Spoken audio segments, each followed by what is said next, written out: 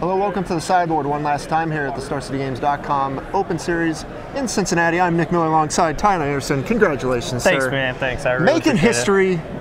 History? You're the only person to win 6 Open titles. Really? Here's the trophy for you. Now, right, Jerry cool. has 5 wins, 2 Envy wins. You now have 6 Open wins, 1 Envy win. All right. So you're at parity. Yeah, it's fine. Yeah, this feels good, man. Not gonna lie.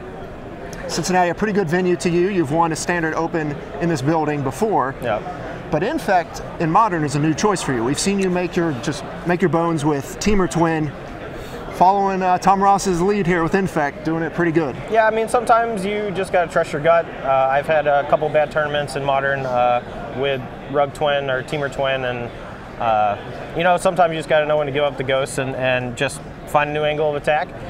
Me and Tom have talked on and off about Infect and Modern and Legacy for months now since he moved to Roanoke, and right the night before the tournament, we're just like hammering out card choices and stuff, and it was really fun. I really like it when me and a buddy play the exact same deck, even though Tom likes to change a few cards at the last minute without telling me. So. Throwing around Piracy Charms, yeah. Rancors, Viridian Corruptors, those types of pieces, just back and forth. Yeah, there was a point where I had 3 Viridian Corruptor in the sideboard. I played against Affinity like 4 or 5 times, so didn't need it.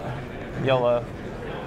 Now, we've seen you obviously play the Infect Mirror in Legacy in Atlanta. Now in Modern, that match was very close. Oh yeah, I mean, I think the Infect deck has a lot of tools, even though it doesn't look like it on paper.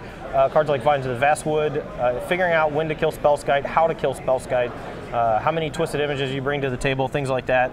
It's just, one card here or there can just completely change the matchup. And our lists were pretty close. He was a little bit slower with Sylvan Scrying. I think that was really the thing that lost him game 3 was that he just had to spin a whole turn to make sure he hit his land drop and find an Infector. I think Sylvan Scrying's good in a slower metagame, but this tournament was just blistering fast. I mean, quarterfinals finished in what, 25 minutes? One of the fastest top 8s we've had. Yeah. I mean, you got to say your opening hand, outside of a Blighted Agent in your opening hand game 3, about best you can ask for. Yeah, I mean, I think Noble Hierarch is really important to have in the mirror, at least in Legacy, and so I kind of was hoping that I would open one of those, but Pendelhaven is almost as good, and a couple 1-drops means that he's usually going to be on the defensive early on.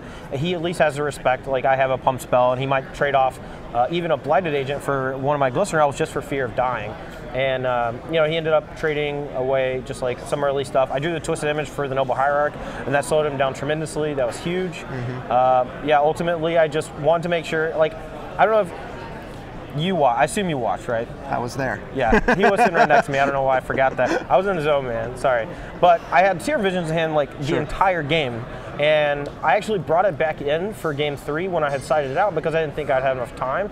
And I was right, but I second-guessed myself, and it just got stuck in my hand the whole game because I wanted to make sure that I held up Nature's Claim in case he went for this giant turn with Zigmoth Nexus.